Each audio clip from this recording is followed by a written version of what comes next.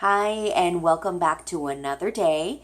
Today, we are continuing the topic of conversation that we had yesterday, which is the subjects that you'll be learning through flight attendant training. Now, if you haven't looked at yesterday's video that I put up, it's got some really good information about some of the topics that you'll be learning while you're in flight attendant training. Today, I'm continuing that information. It was just way too much stuff to put in one video. So this is part 2. So welcome to my channel. Again, I have my notebook so that I don't forget exactly what I want to talk to you guys about. So let's get to it. Things that you'll learn during flight attendant training. I got a list of over 130 airline terminology and acronyms. So for example, I'm just going to give you a couple that I jotted down from my list. But like I said, it was over 130.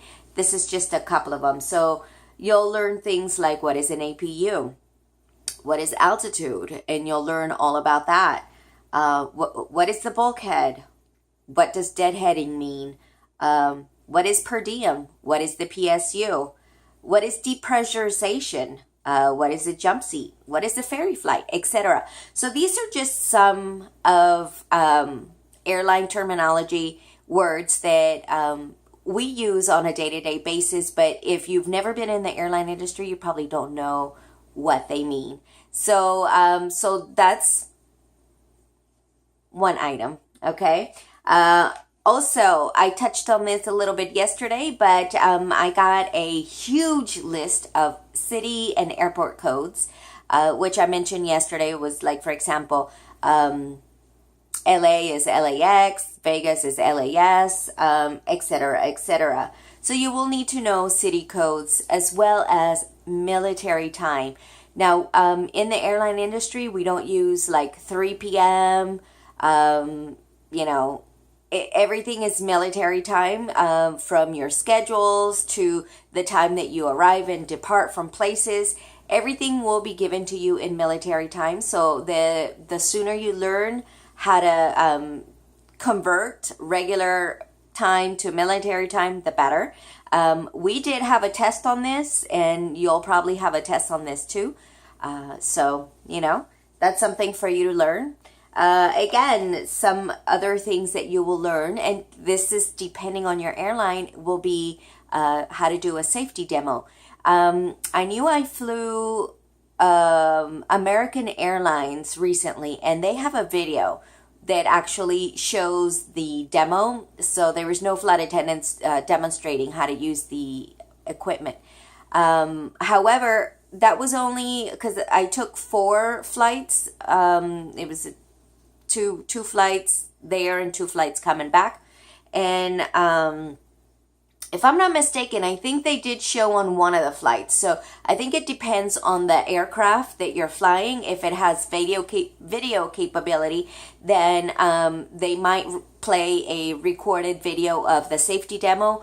But this is one thing that I have to do every single day that I work on every single leg, is we all have to do safety demo. So it depends on your company, but you'll have to, get familiarized with making PA announcements, reading all of the announcement stuff that goes with it, all of the regulations and rules and all that good stuff, and also demonstrating how to use the items. So you'll be learning how to do that. Also, you'll be learning about general emergency procedures. And there's pretty much 2 different types of emergency procedures. There is emergency procedures on land and emergency procedures in water. So you'll be learning how to prepare for emergencies, depending on where you're expected to land, what you'll need to take with you, what steps you need to take, how to brief the customers, and have them assist you in the event of an emergency, which is completely different than the kind of briefing that you give someone that's sitting in the emergency exit. So totally different, guys. how to evacuate in a timely manner. Depending on what the situation might be, you'll be learning about different techniques and different things that you are going to be able, or you're going to have to do. If you're landing in water, there's certain doors that you don't want to use because your plane might be underwater. So there's a huge amount of your training is going to be just that, emergency training. And again, you're going to be learning two different types of emergency trainings.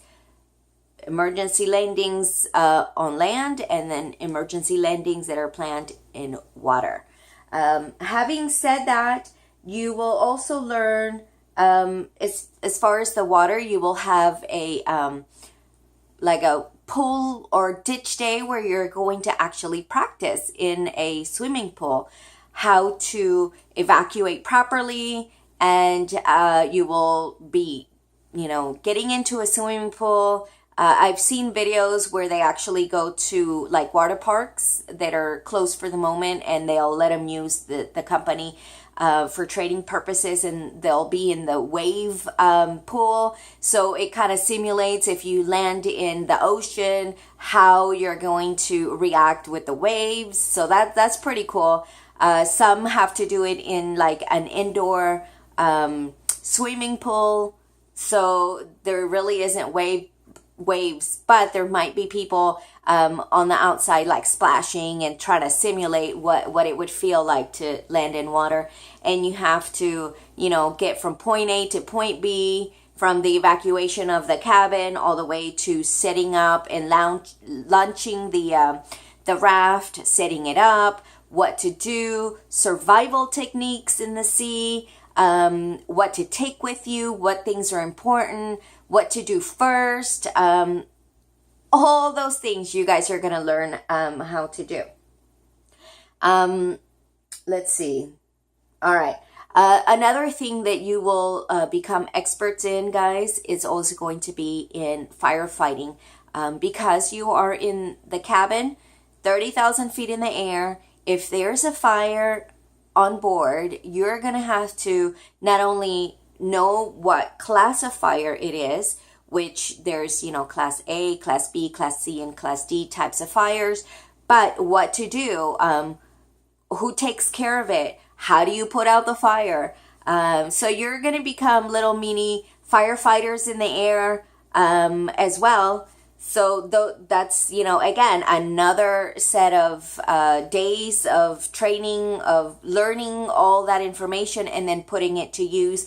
You'll more than likely have to put out some real fires, in a controlled environment. But so you'll be looking at that.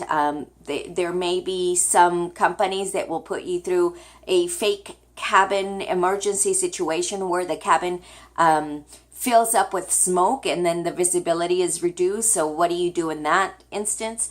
So those are things that you're going to be looking at doing once you get to flight attendant training.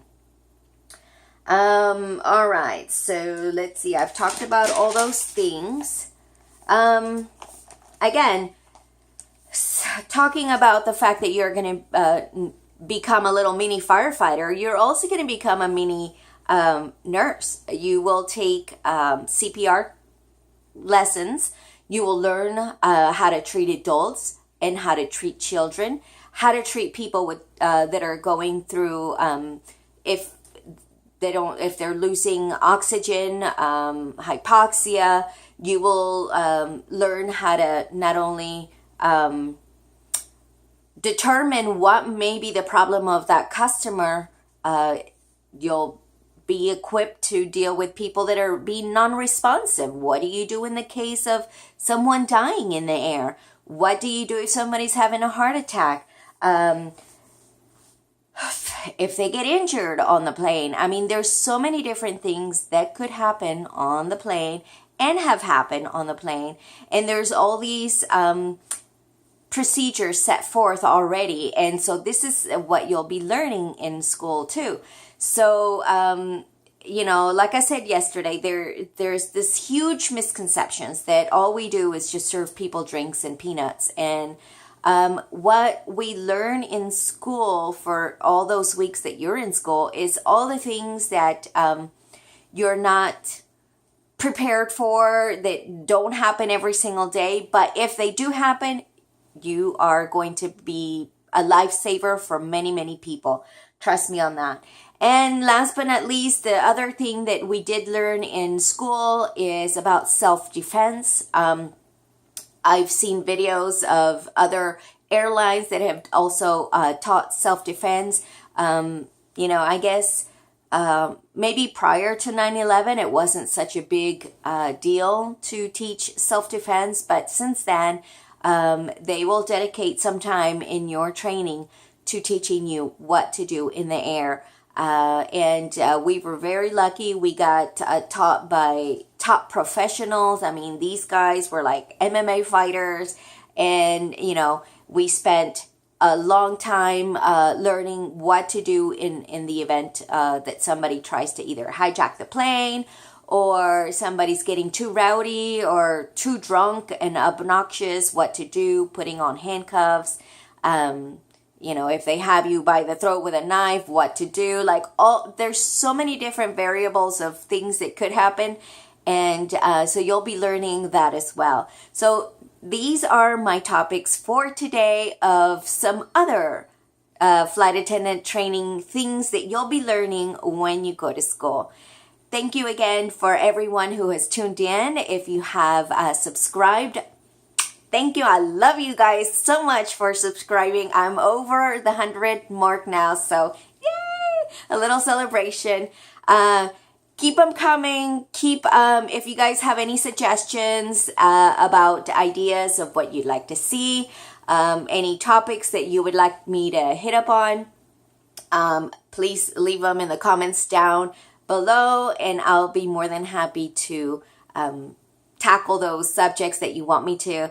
Thanks again for watching, guys. I will see you on the next one. Bye. Bye.